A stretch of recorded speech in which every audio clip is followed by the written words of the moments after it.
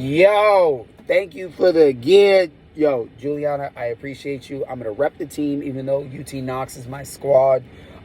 We beat you guys and we beat Alabama, but I support you. Want to give you guys a breakdown of the day real quick. Had a beautiful, dope day. Started off with some lacrosse players, Cam and Ryan.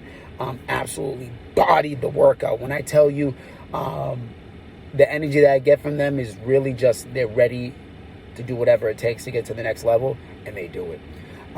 So we worked on upper body because they did express some soreness in the lower body. Excuse me, losing my voice after teaching these classes, right? So we worked on upper body. So we did some chest movements as well as some back movements. I wanted to be able to do the push-pull work with them, really just to get them primed for playing in the season, right? So now we're not really shooting about size in the weight room, but we are doing it nutritionally because they do have a lot of stuff going on. It would absolutely kill them if I told them how much they would need to eat calorie-wise, but then also do the same thing for the weight room. So right now our focus is building skill and maintenance in the weight room, right? But then also building some technical skills in the weight room as well. So dope day with them. And then I shot over to Lynn, Discipline Fitness, where I got to work with my adult boxing class, BoxFit, every other Saturday at Discipline Fitness, where we got to work on some dope advanced skill sets. First, we worked on rolls and slips, right? So I tie this rope across the ring, and they roll and they slip, learning how to move forward and backwards while still defending, keeping their eyes up, and I'm coaching them as they go. We paired up at that point. No bag work today. We paired up and we did a little bit of a catch and shoot drill where I'm teaching them how to catch the parry, slip the cross. Also doing some catch and throw where they catch the shots, where we shell up real quick because we're backed up against the ropes, but we're going to need to step forward and bang the body and exit out left and right, right? So we did some dope work with that. Last and not least, not last and not least, but my youngins, my national boxing team, dialed in national boxing team, my younger kids, usually under the age of 10, worked together. We did some light conditioning in order to get them warmed up. And then we did it we did 4 rounds of sparring, light sparring, where I gave them the combinations that I wanted them to work on. And I worked previously with them to introduce them ways to block and concepts of how to exit out and be able to clear space, right? Close space and also create space. So it was really dope to see them actually use it. They overcame some challenges that they had from sparring previously. They both had their wins and their losses when it comes to really taking on this adventure, being amateur boxers. So really dope to see them gain ground there. We are gonna take over. I promise you, we are going to take over. And now I got to work with my older guys, what you would consider novice boxers, because they're under 10 fights, but they do have some advanced skill because I don't play around. I let everybody know everything that they're going to need really early in order to be able to train the way that they need to train.